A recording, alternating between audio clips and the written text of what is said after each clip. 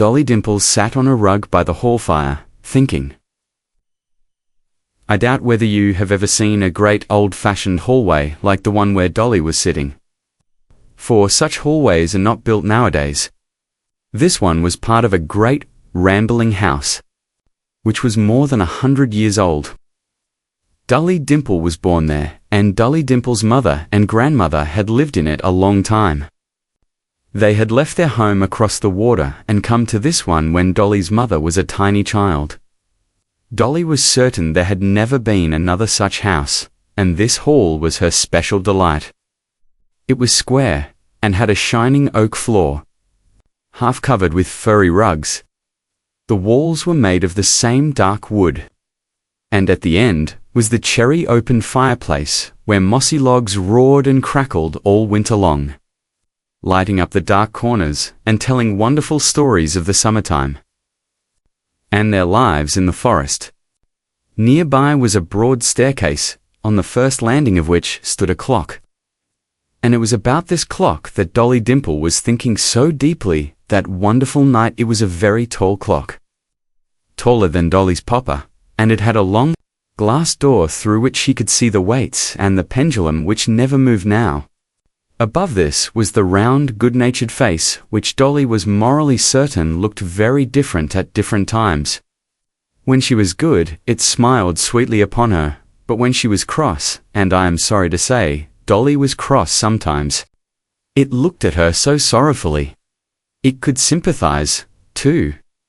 For Dolly said that when she was in trouble, she had seen the tears streaming down the old clock's face. But since she was looking through a mist of tears herself, at such times, I should not like to say that this was really true. But the strangest thing of all about this clock was that it would strike. Now maybe all you wise little ones do not think it a very strange thing for a clock to strike. But when I tell you that this clock did so in spite of the fact that its wheels had not moved for many years, that will surely make you wonder. And then it would strike at the strangest times. No one ever knew when it was going off, and it had been known to strike as many as Dolly couldn't understand it at all, and as no one explained it to her, it had puzzled her a great deal. That night she was more mystified than ever. For at daybreak the dock had struck 5, and how could the clock have known that it was her 5th birthday? She lay curled up on the soft rug, thinking about it, until she began to grow drowsy. The crackling of the wood sounded farther and farther away. The shrill chirp of the cricket, which lived at the back of the fireplace, grew fainter and fainter. Suddenly, a voice, a very cracked voice, broke the silence. "Dolly, Dolly Dimple," it said. Dolly jumped up so hastily that the startled cricket sprang backward nearly into the fire. Where had the voice come from? Dolly peeped carefully about the hall, until her eyes rested upon the old clock, when she was surprised to see that a new look had crept over its face. A look which told Dolly that it was the clock that had spoken. And, sure enough, as she was gazing at it, it spoke again. "Would you like to hear a story, Dolly?" it asked. Now, there was nothing Dolly liked better than a story. And forgetting her surprise, in her eagerness to hear what the clock had to say, she answered quickly, "Yes, indeed, clock." "Can you tell me one?" "That I can," said the clock. "I'll tell you the story of my life." Dolly felt sure that now the mystery was to be solved, and curled herself up more comfortably to listen. The busy cricket straightened her cap, and folded her hands to show her deep attention. The fire gave out a warmer glow, and the dock began. "Perhaps, Dolly Dimple, you will understand better what a wonder I am if I tell you that once upon a time there wasn't a clock upon the face of the earth." "Why, what a stow," began the cricket, and then stopped. But it was quite plain that she did not believe a word of it. "No clocks," cried Dolly. "Why, how did little girls know when it was school time, or dinner time, or anything?" "They had other ways of telling time," answered the clock. "One of the first things by which they measured it was a stick, a straight stick. A stick! Exclaimed Dolly. A straight stick, murmured the cricket. I knew that clock was crazy. Asterisk, I was brought up to think that it was impolite to interrupt, said the clock. Of course it is, said Dolly. We will not breathe another word, will we, cricket? But a stick, groaned the cricket, shaking her head. Yes, said the clock. Try it for yourself. Go out of doors the next sunny morning, and plant a little stick in the ground.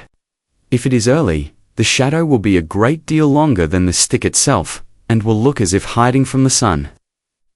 As noon draws near, you will find the shadow creeping up and up, until just at noon, the stick seems to swallow it. And then, as the sun moves on toward the west, the shadow peeps out and creeps off on the other side of the stick, until night, when shadow and stick are both swallowed in darkness. Now don't you see how you could tell time by the stick and its shadow? And it was this which made somebody think of a sundial. A sundial, broke in the cricket, who could not keep still. What is that? It looks like a doll's table, with a little piece of metal standing up in the center. And on the tabletop is marked the length of the shadow which this piece of metal casts at different hours of the day. Was that the only clock they had? Asked Dolly. If your cat had lived in those days, they would have used her for a timepiece, said the clock. The cricket evidently thought this too foolish a story to be noticed at all. And even Dolly looked shocked. But the clock knew what it was talking about, and went right on. If you look at Kitty's eyes when she first wakes in the morning, you will find that the dark place in the middle of the eye is very big and round. But soon you will notice that it is growing narrow, until by noon it is as fine as a hair. And then it will slowly grow larger again, until, when night comes, it will be as big and round as it was in the morning. What a bother it must have been to tell time in these ways, said Dolly. Double quotes. Yes, I think so myself, replied the clock, and people began to think that they ought to have something better to depend upon. So about 500 years ago, someone invented a clock. Not a big handsome one like myself, but a very plain affair that had no pendulum and could not strike. Poor thing, sighed Dolly. Better not strike at all than strike as some clocks do, observed the cricket rather spitefully. But it was a clock, and considered a very wonderful thing in those days, continued the clock. And people must have been pretty well satisfied, for they did not add a pendulum for several hundred years.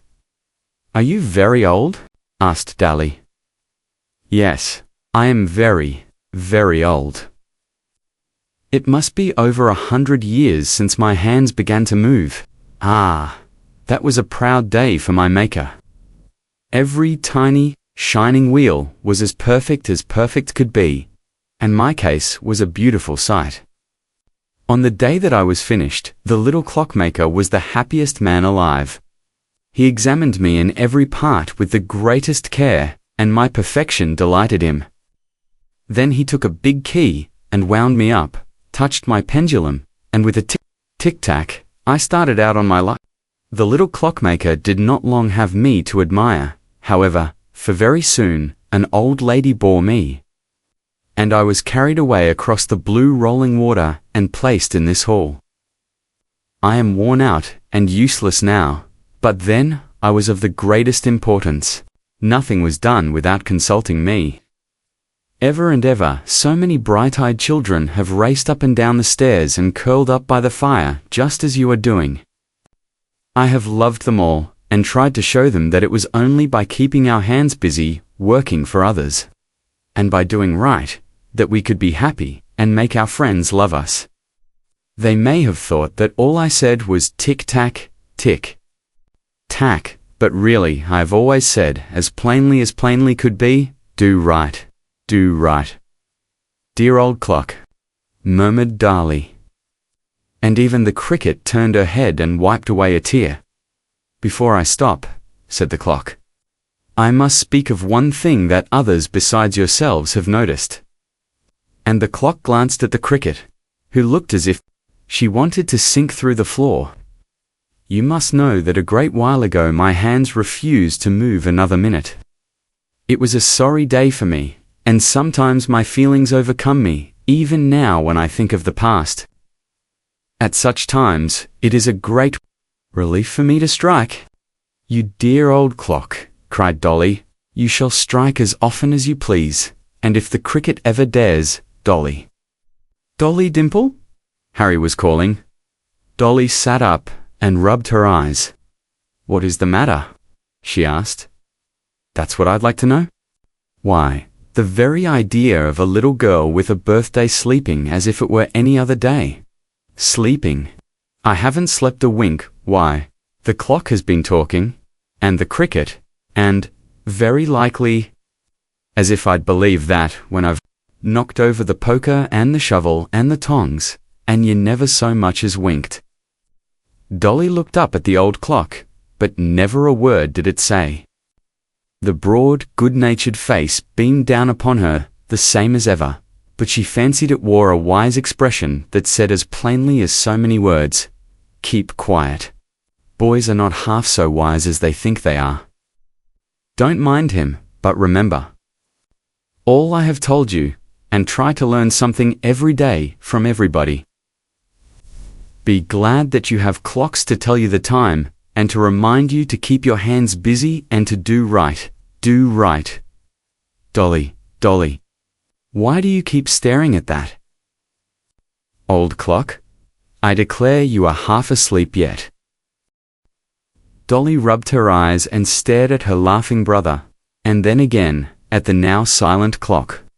She was glad that she had been warned to keep quiet, for she did not feel like telling the whole story then. But when she grew up, she used to tell little children what the clock told Dolly,